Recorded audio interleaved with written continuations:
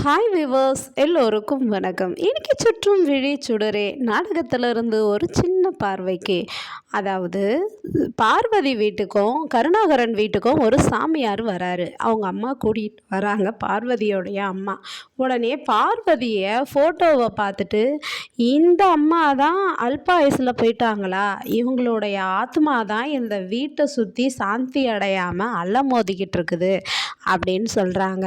ஆனால் இந்த வீட்டில் எதனா ஒரு நல்ல காரியம் நடந்தால் தான் அது சாந்தமாகும் அப்படின்னும் சொல்கிறாரு அந்த சாமியார்.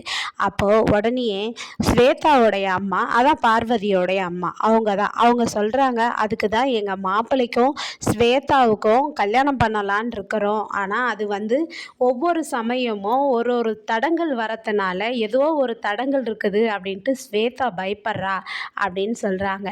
சரி, இவங்க 2 பேருனுடைய ஜாதகத்தையும் கொண்டு வாங்க, நான் சொல்கிறேன்றாரு. உடனே அவங்களும் ஜாதகம் கொண்டு வந்து கொடுக்குறாங்க.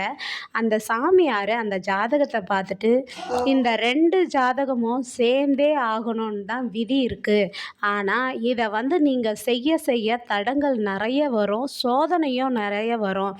ஏன்னா அவ்வளோ தடை இருக்குது இந்த கல்யாணம் நடக்காத அளவுக்கு. ஆனால் இந்த கல்யாணம் நடந்து முடிஞ்சதுன்னா அப்புறம் அந்த அம்மாவனுடைய ஆத்மா சாந்தி அடைஞ்சிரும் அப்படின்னு சொல்கிறாங்க.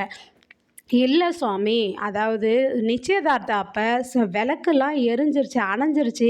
அதனால் ஸ்வேதா பயப்படுறா, இந்த கல்யாணம் பண்ணக்கூடாதோ ஏதோ தப்போன்னு பயப்படுறா அப்படின்னு சொல்கிறாங்க அவங்க அம்மா. இல்லை இல்லை, இந்த கல்யாணம் நடக்கிறதுக்காக நிறைய தடை வரும் அப்படின்னு சொல்கிறதுக்காக தான் விளக்கு அணைஞ்சிருக்கோம். அதனால் நீங்கள் கல்யாணத்தை நடத்துங்கன்றாரு. உடனே சொல்லிட்டு போயிடுறாங்க. அப்போ கருணா என்ன நினைக்கிறாருன்னா, எப்பா ஒரு அடியாக ஸ்வேதாவை நம்ப வச்சாச்சு, இதுதான் கல்யாணம், பார்வதிக்கு பிடிக்கல அப்படின்றத அவன் நினச்சிக்கிட்டு இருப்பா. இதுக்கப்புறம் அந்த அபியை தான் நம்ம கோர்ட்டு படி ஏறாத அளவுக்கு நம்ம பார்த்துக்கணும், எப்படியாவது இந்த விஷயத்தில் தப்பிச்சிடணும் அப்படின்னு கருணா நினைக்கிறாரு.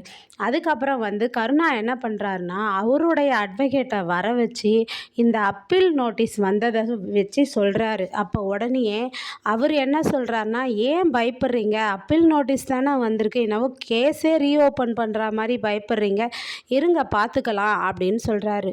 இல்லை இல்லை, அந்த அபியை நான் ஏதாச்சும் ஒன்று பண்ணணும், அவள் இதே போல தான் ஏதோ எவிடன்ஸ் அவங்கக்கிட்ட சிக்கியிருக்குன்னு நினைக்கிறேன். இந்த வெற்றியும் இந்த அபியும் அந்த சுடருக்காக தான் இது மாதிரி எனக்கும் தெரியாமல் திருட்டுத்தனமாக ஏதோ பண்ணுறாங்க அப்படின்னு சொல்கிறாரு.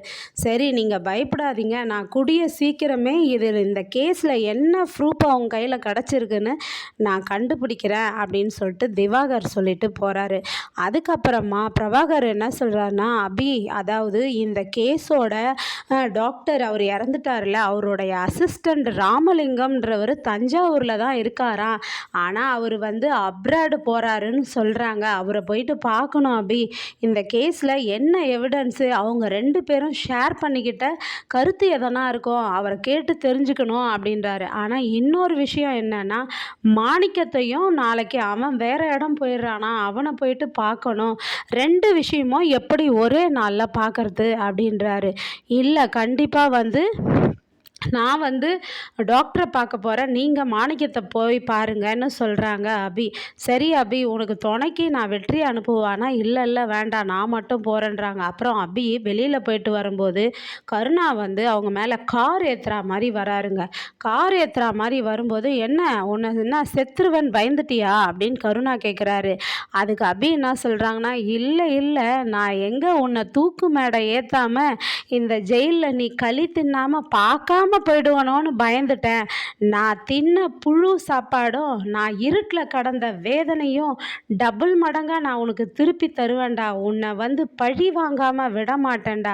நீ அனுபவிக்கணும். அந்த கூண்டோட நீ நடுவில் நீ கைதியாக நிற்கணும்டா. நான் அதை பார்ப்பேன், உனக்கு தண்டனை வாங்கி தருவேன்னு சவால் விடுறாங்கங்க அப்படி.